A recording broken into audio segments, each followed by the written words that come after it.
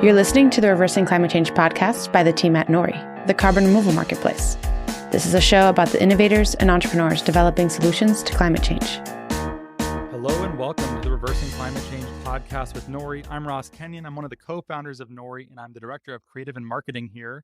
NORI is a carbon removal marketplace based in Seattle, Washington. And today I have with me David Pogue, whom you may know from his weekly New York Times tech column, his many books, or his work on CBS Sunday Morning. His latest book is How to Prepare for Climate Change, a Practical Guide to Surviving the Chaos. Thanks for being here, David. My pleasure. This book seems like a break from your regular beat. Why did you write it?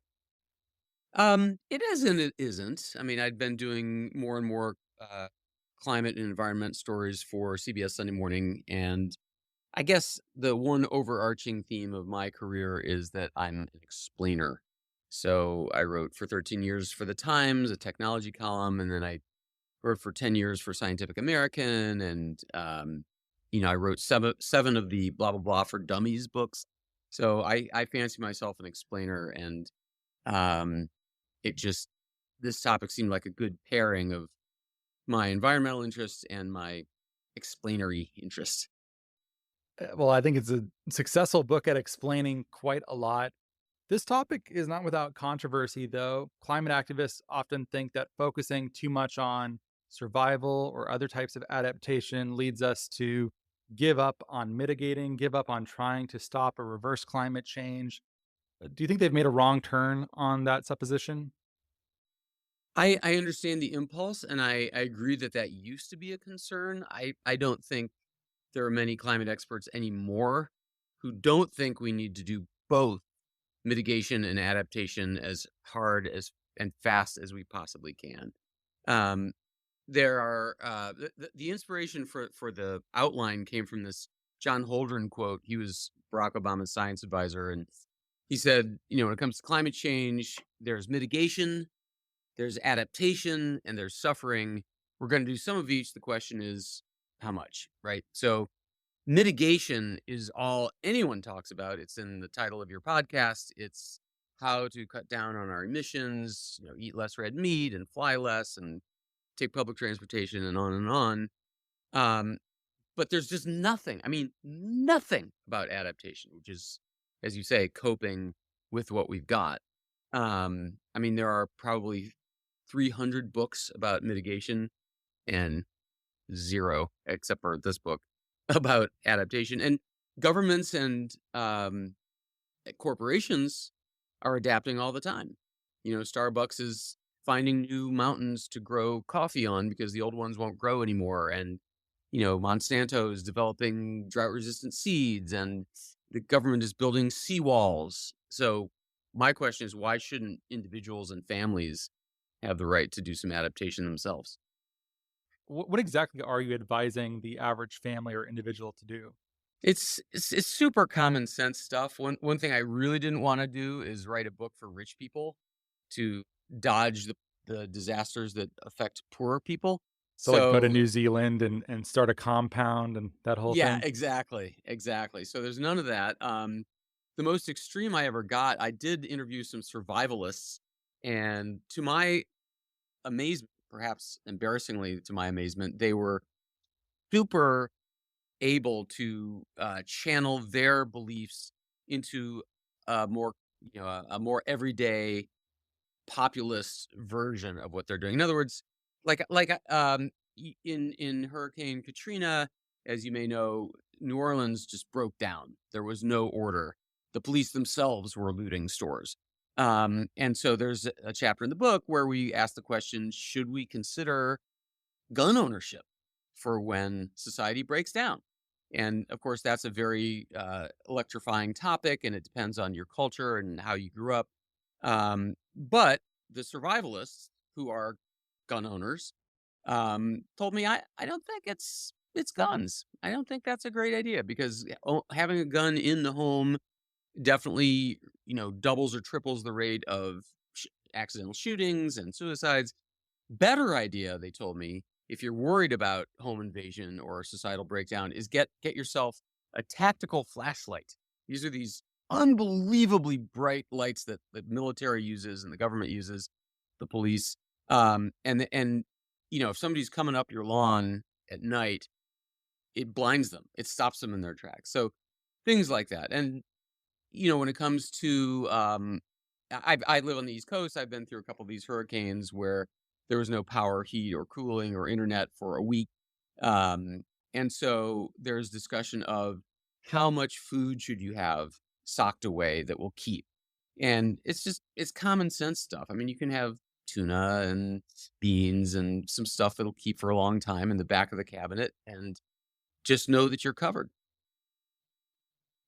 I grew up in Mesa, Arizona, which, at least at the time of my living there, was the second biggest LDS community after Salt Lake City. And the Mormons are big on keeping their basement loaded with stockpiles for Oh, events. In fact, if you look, a lot of preparedness companies, especially food related ones I've seen, are actually LDS. You'll see the really? angel with the trumpet there if you I look. did not know that. It always seems common sense to me too. It doesn't have to be survivalist culturally. You could also just make sure, hey, do you have a week supply of water and food? If you couldn't leave your house, if there's something, it doesn't mean that you have to have palisades set up and watchtowers and arm yourself necessarily. It may come to that. Maybe it's good to think about depending on where you are, but I don't think that's the first recourse. And it doesn't seem like your book reflects that either. No, really not. I mean, the book is everything I could think of that is entailed in preparation, and that's not just the physical stuff like food and water and shelter. It's also how to insure your house, and how to invest, and how to talk to your children, and how to keep your garden growing when none of the seeds will grow the way they used to. So it's more there are more areas of life that are affected by the climate crisis than just staying alive. Yeah, much of it is pretty quotidian. We should get into some of that more tactical how to ensure and things like that down the road.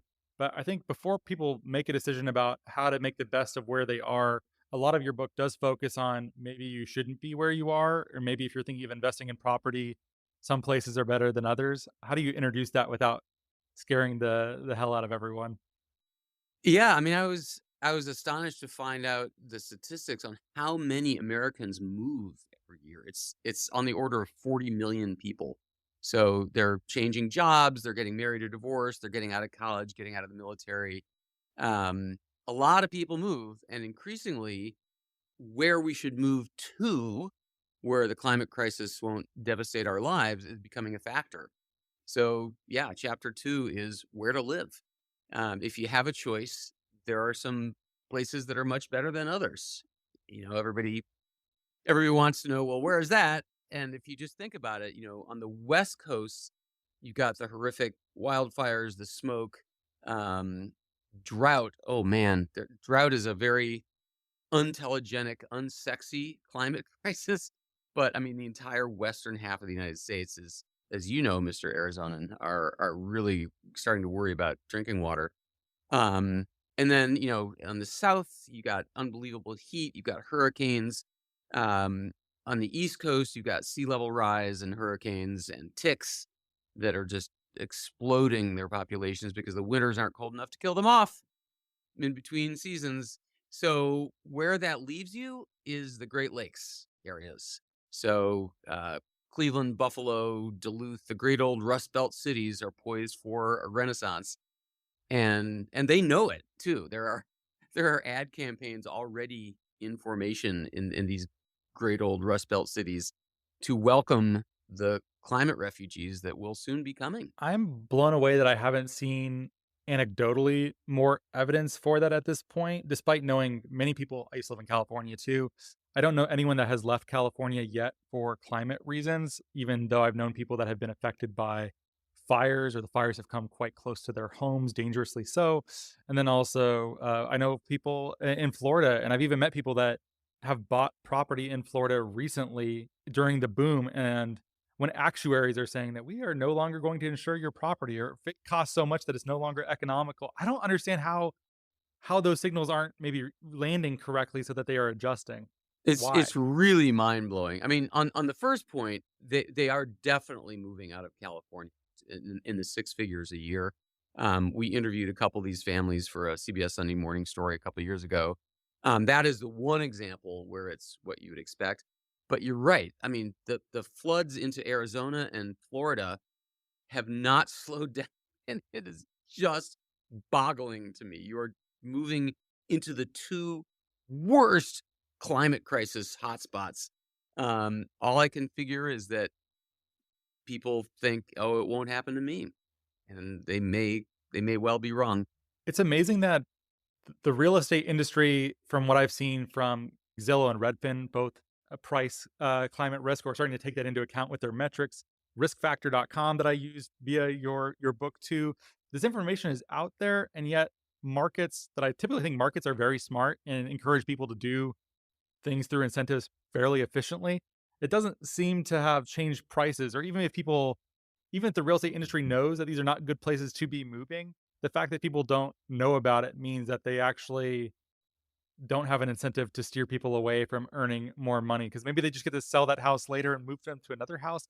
That sounds kind of conspiratorial. Just don't There get are it. a few elements to this idea. I mean, first of all, there is some evidence that real estate prices in Miami, for example, near the shore, are beginning to drop. It is now, the same house 100 feet back from the water is more expensive in Miami by 7% than the one on the water. So some studies are starting to show that turnaround. But I mean, I spent a lot of time working on this book in the psychology of climate change. The first chapter is called How to Acclimate to Climate Change. It's how to cope with eco despair. And there's this whole concept of the climate denier and so forth. To admit that the planet is in trouble is a gigantic change. People are not comfortable with something that radical changing in the middle of their lives. Like, if you grew up knowing that, the sun will implode in billions of years, I mean, that we can sort of shove down into our psyches and live with it. But to be an adult and to be told actually what you thought was forever might not be forever, it is so hard to accept, especially because there's another element of this, which is we've been bred to have pride in the American way. Consumerism, manufacturing, acquiring more stuff is how you measure your success, right? That's the whole program.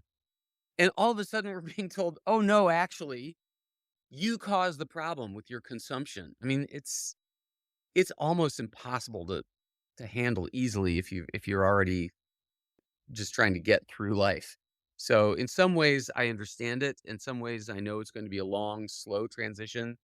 At this point, what do the studies say? 40% of middle schoolers are now convinced that the world will end in their lifetimes. So there's a generational shift that's going on. For them, it isn't something that hit them in the middle of their lives. For them, they grew up with this problem.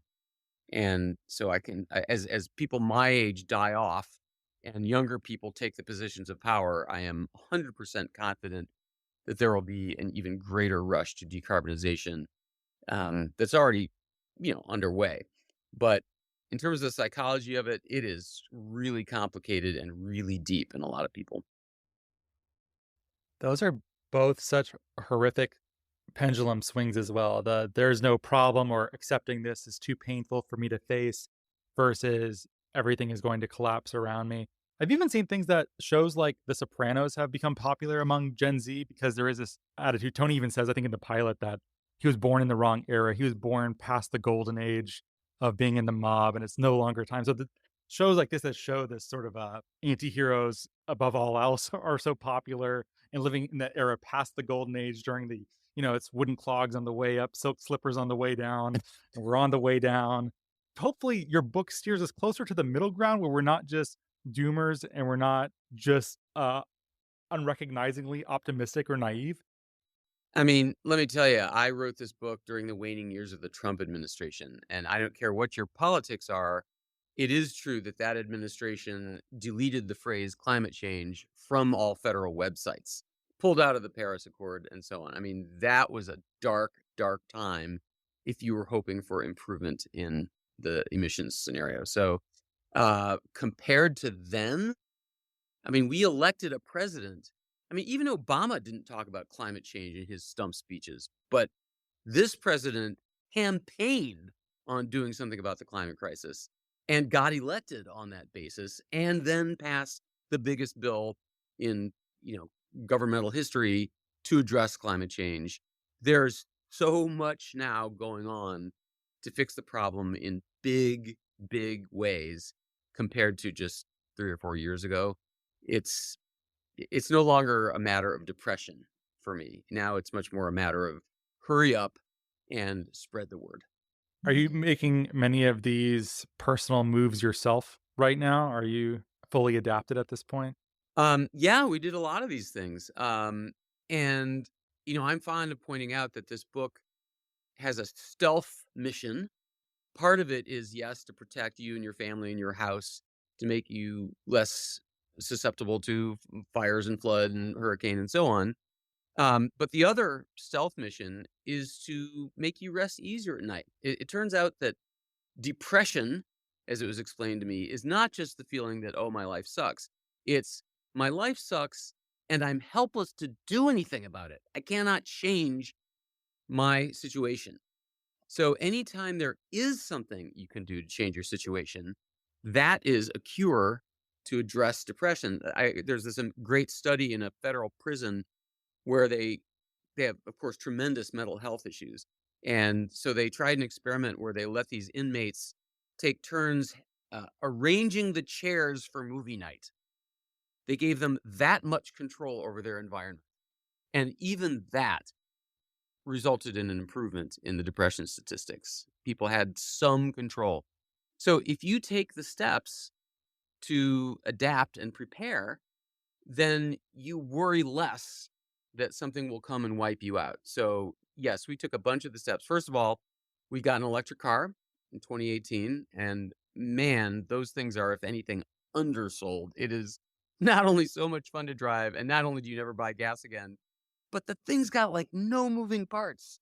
It's a Tesla Model 3, and it has 20 moving parts in the drivetrain, as opposed to 2,000, 100 times more in a gas car. So there's nothing to go wrong.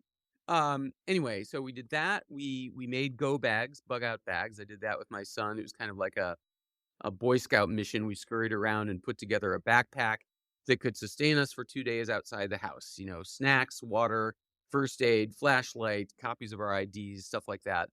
A lot of people in California already have go bags. Like, this is just a common everyday thing that everybody's got because fire, right? And so we did that. And honestly, once I read about the red meat issue, I literally have not eaten red meat since that chapter. I can't do it. And for those who aren't aware, cows are the worst. A single cow farts out 5 to 8 gallons of methane per hour. And methane is like carbon dioxide, but 80 times worse. It is the worst greenhouse gas. And we are dedicating so much of the planet to raising these cows. A third of the entire planet's non-frozen surface right now is cattle grazing land. A third! Is that what we want to do with the planet? And then in Brazil, of course, they're burning down the rainforest to make more cattle grazing land. So eating red meat is just a total disaster, not fantastic for your health either. If individuals want one mitigation step to take that will have the most impact, that's probably it. Less red meat. And specifically for adaptation, though, assuming that you can't just pick up and move to Duluth, go bags are probably a good place to start. That could be earthquake related. That could be pretty much anything. You should probably just have one. I think so. I mean, the climate crises are hitting more and more people in weirder and weirder ways, even people that you wouldn't expect. For example, flooding, both flooding claims and the size of those claims to the federal government have doubled in the last 20 years. There's just everybody is filing claims, as you hinted before. The all states of the world and the MetLifes of the world no longer insure for flooding. So your home insurance does not cover flooding. You have to get flood insurance from the government because all the private insurance companies got out of the business. So of the 10 states that had the most federal flood emergencies declared, 8 of them are not on the coast. And the number one most flooded state, Arkansas. I mean, it's nowhere near the ocean. And why is that? Well, because we're in this new pattern of super hot, dry periods where the ground gets all dried out and hard, and then torrential historic rains, and the water has nowhere to seep in. So it just runs down the hard, dry ground and into our basements and into the businesses and the main streets. And so they wind up filing these flood claims that are just massive. So yeah, it's hard to imagine anyone who isn't in some way susceptible to some of these disasters that come along with increasing frequency. Your book has some of the most boring yet practical advice I've ever taken, which is to read my insurance policy more closely. The problem where I live on riskfactor.com that you point people to, that's a great website that takes your address and shows what kind of risk that your property may or may not face. We're at the top of a hill in Seattle, but we're not at the very top of it. So there is water that comes down the grade of our property. And we have a flooding ditch that was dug when we bought the property and a sump pump. I'm like, what if my sump pump fails? Because when there's a lot of rain, the power might go out. If the sump pump dies, do I have battery backup? If it does flood, how much am I entitled to via insurance for this? So I've been going back and forth with my insurance agent. Are you proud of me? Can you just step in as a paternal force for me right now? Very proud of you. My wife jokes that I'm a gas at parties because I'll stand there for 90 minutes talking to people about the National Flood Insurance Program. Um, it, it is boring, but it's also like fascinating boring. Like most people bought their home insurance for the cheapest price they could get when they moved in and haven't looked at it again. And you really yeah, 15 minutes can save you 15% or more. Yeah, but 15 minutes is not enough. You really need to look at the declarations page and see what it says. I was astounded to find that our own insurance plan, I mean, it had stuff we didn't need in it. Like we cut down our insurance by looking at this policy. But yeah, you'll discover, that it doesn't cover flood. So that's one thing. It may cover things you don't need. It may not cover things that you need. And the whole story of the National Flood Insurance. So I mentioned that the private insurance companies got out of the flood insurance business. And guess what else they're getting out of now? They're all out west. They're all getting out of fire insurance. Like hundreds of thousands of people are being dropped from their California insurance plans because they include fire insurance, and the insurers will no longer cover that. So it's a real crisis out west. But once the private insurers got out of the business, the government stepped in. FEMA stepped in and set up a governmental flood insurance program called the NFIP, the National Flood Insurance Program. And it has been a total disaster because they never raise your rates no matter how many times you file. So in the book, I mentioned there's a house in Texas that's been flooded something like 9 times since 1985 to the tune of $3.5 million of reimbursements. And the government just keeps paying and paying and paying and rebuilding. And their rates have never gone up. And the rates are also calculated based on your general area, not the specifics of your property. So it's like based on your zip code. So if you have a house right down by the water, you pay the same as a house that's up the hill from you. It makes no sense. It's not tied to market pricing. And for years, people have wanted to change the National Flood Insurance Program so that it reflects real risk, so that what you pay is reflective of the actual risk your property takes. And over again, Congress has failed to change things. And I love this because it's totally about psychology and politics. Let's say they agree. Well, everybody who's got flood insurance, one of two things will happen. Either their rates will jump up because they've been paying too little all this time, and they'll be furious and won't reelect their congresspeople, or their rates will drop because they've been paying too much all this time, and they'll be furious because you've been ripping me off for decades. I'm not reelecting you.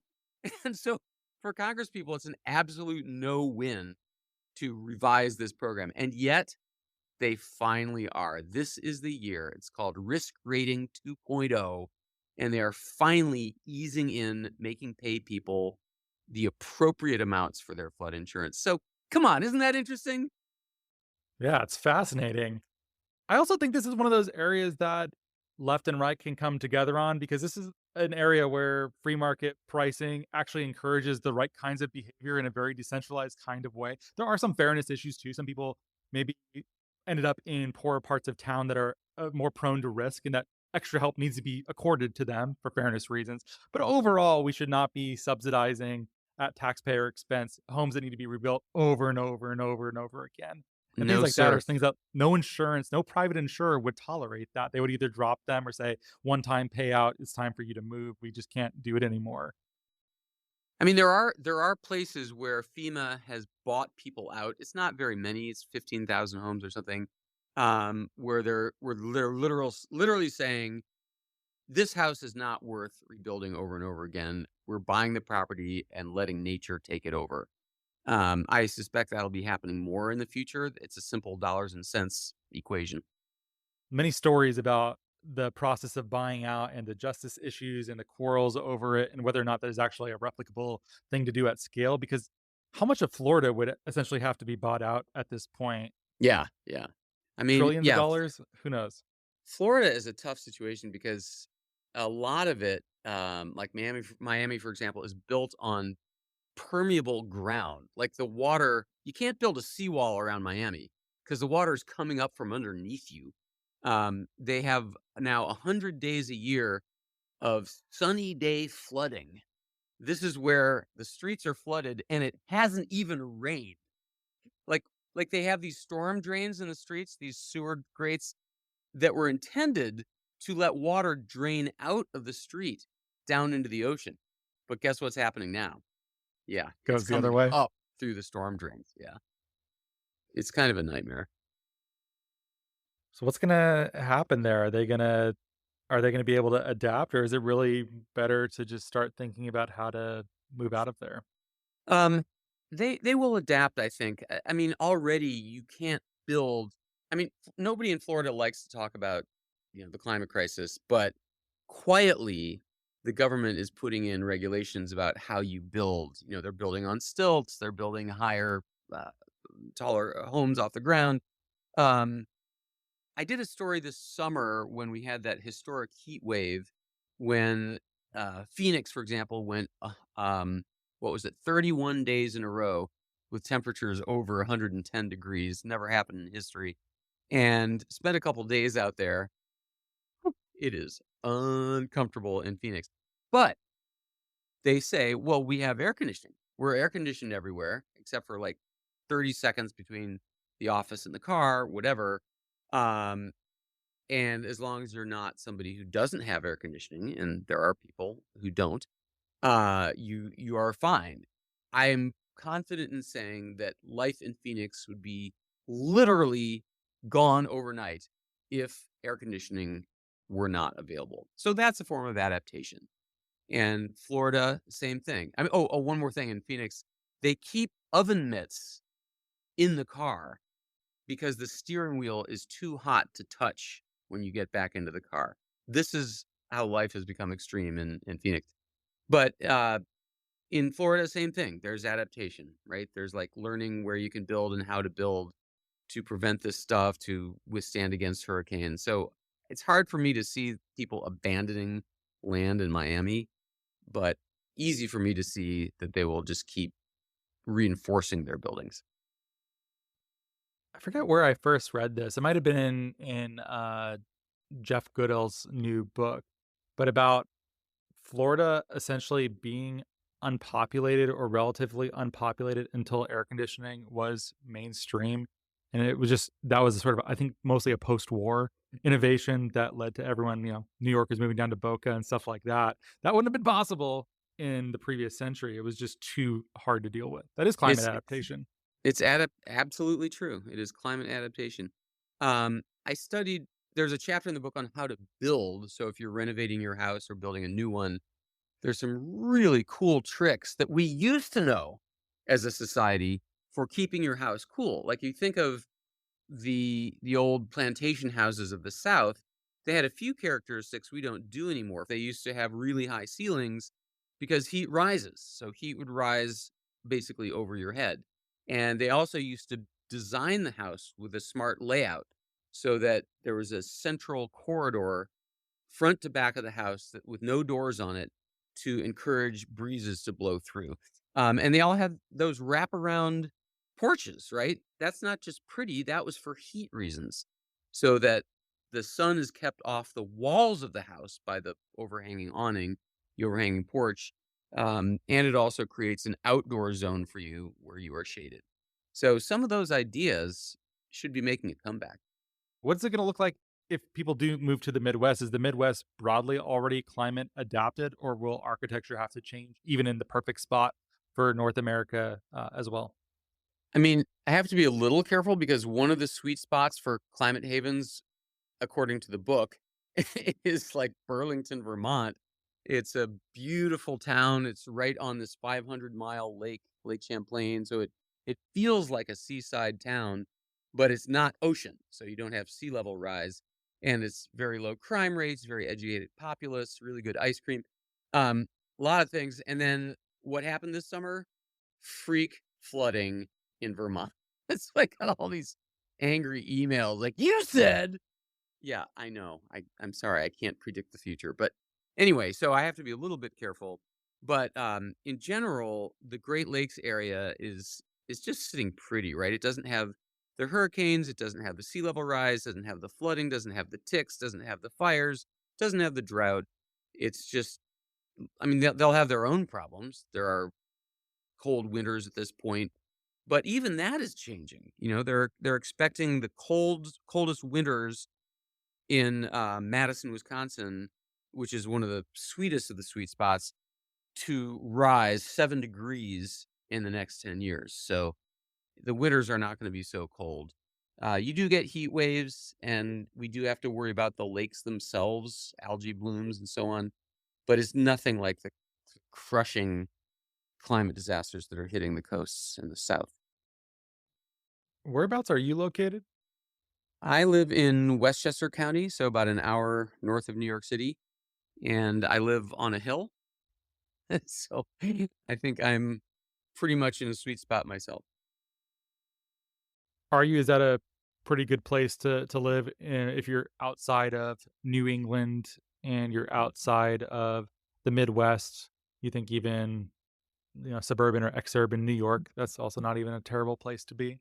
We just actually moved. We've only been here 6 weeks, and you asked earlier, did I follow any of my own advice in the book? And yes, we became empty nesters in August, and we did this consciously to avoid, sitting in the coastal town where we used to be. But I mean, this county escapes most of it, but we still have a big tick problem, big mosquito problems, and of course, we are still technically in the hurricane zone because we're not so far from the East Coast. But again, it depends on the individual property, and I feel like we're on a hill, so flooding shouldn't hit us too badly. People don't speak that much about the disease element of climate change. You've mentioned ticks a few times. Should people be more concerned about this than they are?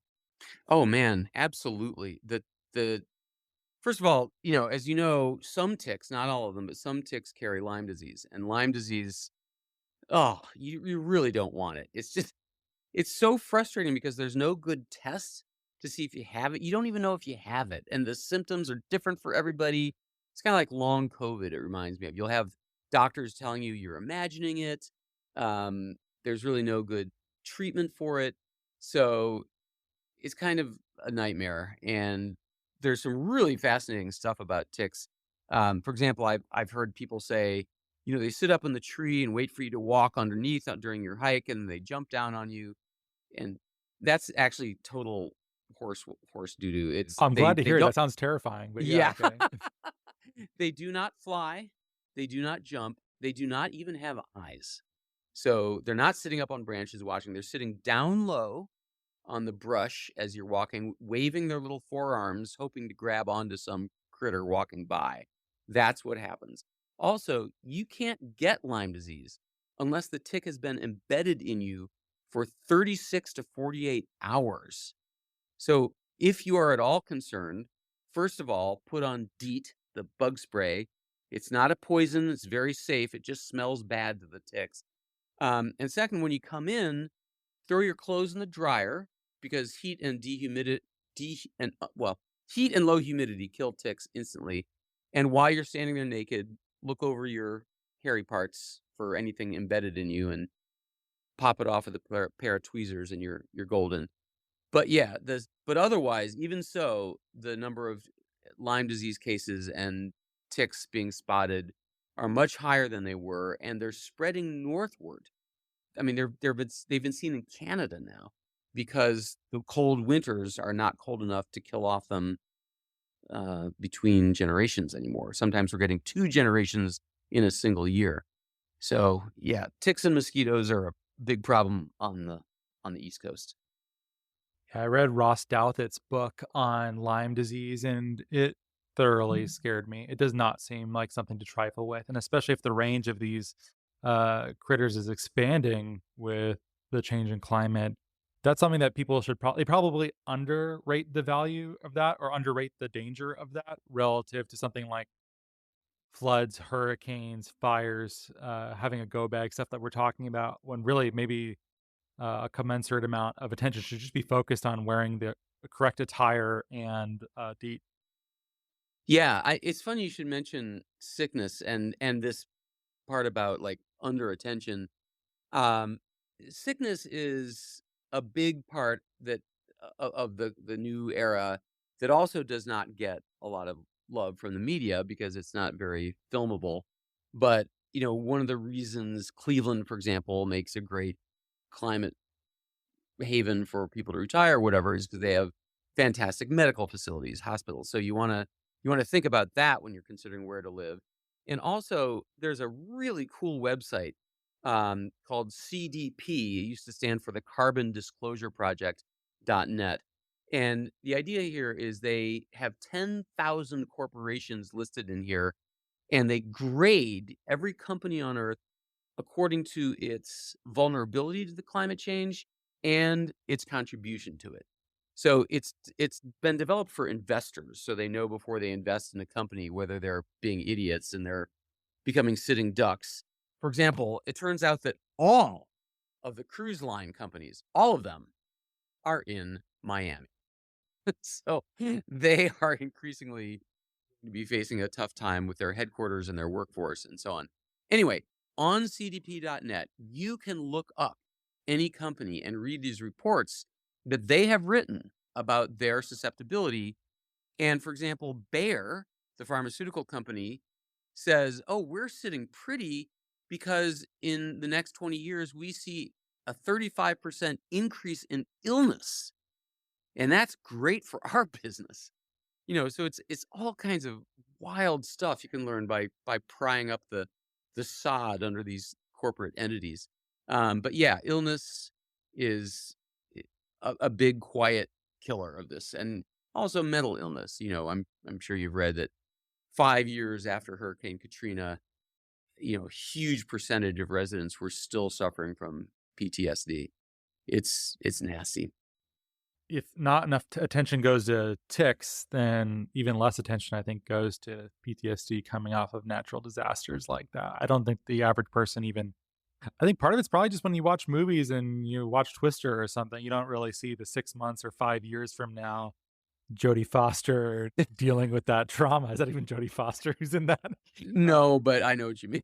Yeah. So like that isn't like a part of disaster in pop culture.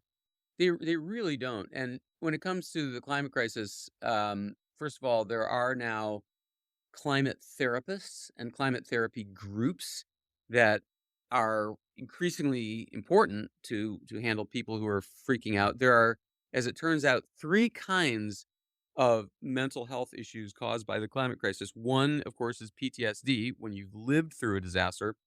One is pre-traumatic stress disorder, and that's worrying about what's coming.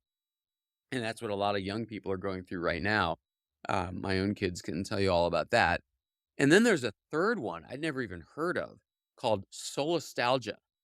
And that is defined as mourning a place that doesn't exist anymore that you've never left.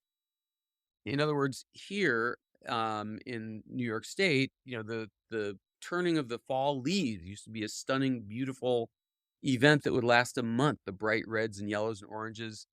And now, first of all, that period is very short. It's, a couple of weeks, and the colors aren't as bright anymore because climate change has changed the chemistry in these leaves. And so you don't get the same thing. So I grew up in Cleveland, and we used to love sledding, and we had a nearby sledding hill we'd always go to. And now, I mean, ski resorts are shutting down. Sledding hills don't exist anymore because there just isn't snow in general. So, solastalgia, missing a place that you're still in. What's going to happen to the inevitable Drew Carey show reboot? What? I didn't know that one. That's one of the things I associate with Cleveland. Sorry. Oh, Yeah. I see. Yeah. Sorry, I had to throw in one pretty silly question in there. Have you had much of a response from either the climate concerned community or alternatively from more proper, thoroughgoing survivalists? Um, Not really. I think that most experts probably skip a book like this because they assume that everything in it they already know, and maybe they do. Um, Again, I was just really impressed by the survivalists I spoke to at their ability to acknowledge that not everybody is going to be a prepper like they are, and yet there are things that they've learned that the average person could learn. Like the gun guy I mentioned, he pointed out that for $10 at Home Depot, you can get a solar powered lawn light for your property. So, a well-lit home is not one that's going to be robbed, right? So very cheap, inexpensive things like that. Um, so yeah, no, I guess I haven't really heard much from them. I hear from a lot of individual readers who have little questions about how to execute one thing or another. But so far, it's been very satisfying, and I'm still surprised there isn't more attention paid to adaptation. I enjoy writing and thinking from people who are concerned with preparation and survivalism. I always think a lot of it is pretty useful information. You don't have to go and live in the woods to take it seriously. And even if it's just keeping your family safe for however long it takes for a natural disaster to pass in its aftermath, I think that's just good general advice. And Hmm. I've even seen more conventional uh, preppers or survivalists talk about climate change increasingly. Marty Rainey, who has his homestead show, Hmm. I read his book not long ago, and he has a section in there about climate change and takes it seriously and thinks people should be planning for, if you're building a homestead for family legacy and whatever comes in the next couple decades, you need to be doing this or you are doing your family a disservice. It doesn't help to not concern yourself with this. I think the practical ramifications of this are now that it's more here, we're seeing more natural disasters and more. I think once actuaries, I've said this on the show before, once actuaries are no longer insuring properties, that's not Al Gore grandstanding. That's not Greta Thunberg, right? That's nerds with calculators. They don't care about grandstanding. Once that Yeah. happens, it's a lot harder to argue with, I think. And so I think people in general are taking this more seriously. Yeah, they are. And, the Yale, there's a climate, they have a think tank called the Center for Climate Change and Opinion. And every 6 months, they measure public opinion about climate change. And so one of the questions is, do you think human activity is causing the climate change? And every time they do the survey, the number of no's drops by another 5% or so. The latest measurement was 29% of Americans think that this is a natural phenomenon. It is not human caused. And which seems alarming. And as I point out when I give talks on this topic, um, remember that 20% of Americans think that aliens walk among us. So, 29% is actually pretty good. And one thing that's changing minds is people living through climate disasters. That has an amazing effect on your view of whether something is going on, having to live through one. So there's an amazing statistic put together by climatecentral.com. How many days go between billion-dollar natural disasters? So in 1980, we would go 120 days between billion-dollar disasters. So that's 4 months. As of the end of 2021, it was 18 days. So we're now having a billion-dollar natural disaster on average every 18 days somewhere in this country. So more and more people will have the privilege of seeing the results of this stuff firsthand, and it's terrifying. Wow. Your point about it being natural or not climate change, it in some ways doesn't even matter. Someone could think that our emissions don't matter at all because CO2 is 0.04% of the atmosphere or whatever stat they want to quote. Um, but that could still also mean that the natural climate changing that is happening is still something that you need to prepare for and take seriously. It doesn't even winnow out the possibility of action on your behalf. Right. And when it comes to this book, like, I don't care what you think is causing it. I don't care if you think that it's a man-made problem or a Chinese hoax. The point is, almost everybody agrees that something is changing. I mean, if you look out the window and tell me this is the same weather we had in 1980, I mean, that's on you, my friend. That's crazy. So when it comes to people say, "What about climate deniers?" And I'm saying I'm not sure there are any anymore in the definition of somebody who thinks that nothing has changed. There are climate deniers in the sense of they don't think it's emissions related, but that's even those numbers are dropping. I hardly ever see outright climate denial except on YouTube comments. That will probably never change. But, Probably not. but besides that, I most of the people I know that are skeptical of environmentalists or the left or climate change, whatever, I think they're mostly concerned that the interventions that will be undertaken will not actually help and will be inefficient, and we should actually be focused entirely on adaptation and not bother at all with mitigation since it's quite ineffective and actually it's not going to cost that much in terms of GDP to adapt in the next century. And that's probably the most serious case I see that is closer to climate denial or skepticism. I almost never see anyone at this point say the climate science doesn't make sense. Right. Right. I mean, again, I think that's a false choice, right? I mean, we obviously need to slow down our emissions, and we have almost every form of emissions we make, we have the technology to eliminate it, right? We know about electric cars, we know about plant-based meat, we even know about electric planes. I did a story a couple weeks ago, well, filmed a story that hasn't aired yet about the first all-electric passenger plane, and it carries 6 people, and it's got a 300-mile range. So that's not, a Boeing 737 going from New York to LA, but battery technology is improving about 7% a year. So that compounds, and if you look ahead, 10 years, then we've doubled the range and the capacity.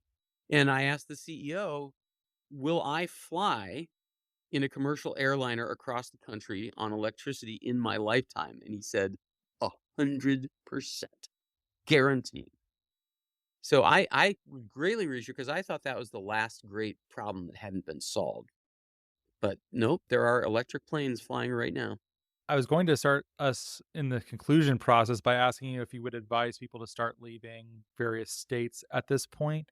But will not that technological curve come to them too? Will we not see massive innovations in desalination that will occur, or even pulling moisture out of the air, like in Star Wars on Tatooine? Like, Right. is how much should we trust technological evolution, and how much should we be making moves right now?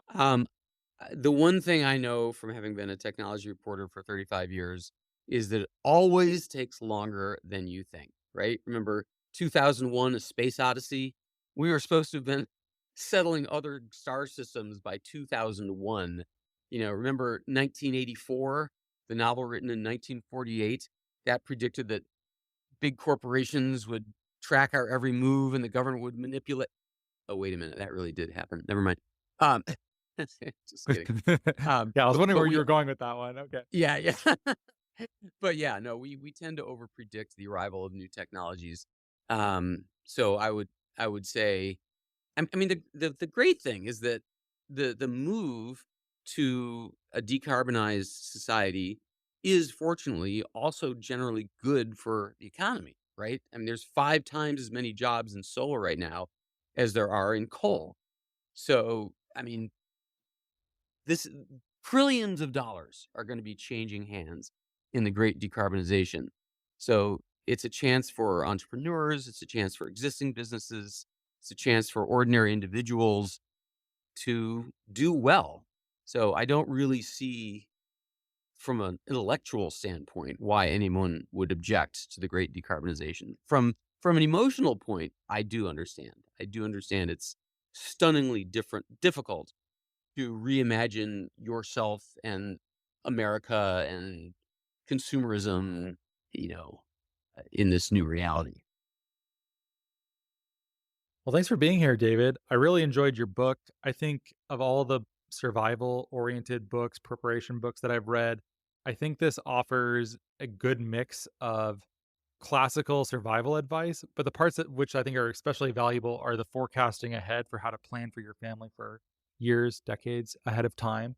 And also the focus on very mundane things that survival books don't typically deal with: insurance and how to document your house ahead of a disaster so you can get reimbursed correctly and on time, and things like that I think people are too focused on the glamour, defending your home from raiders kind of approach, Hmm. that your book, I think, actually is a really nice addendum to many in the genre. So thanks for writing it. And I think it's a great book. And if you're listening and you enjoyed the show, you should definitely pick it up.